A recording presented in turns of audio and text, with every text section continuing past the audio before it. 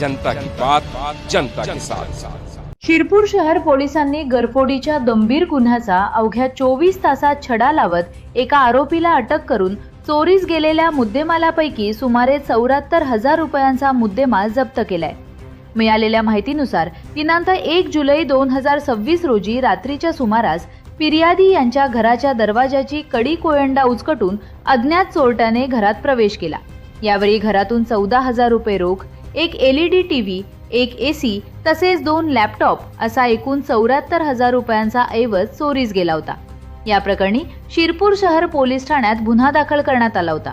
गुन्ह्याचा तपास सुरू असताना पोलीस निरीक्षक किशोर कुमार परदेशी यांच्या मार्गदर्शनाखाली DB पथकाने गोपनीय माहितीच्या आधारे दिनांक 6 जुलै 2026 रोजी खर्दे बुद्रुक येथून रवींद्र राजेंद्र पावरा याला ताब्यात घेतले।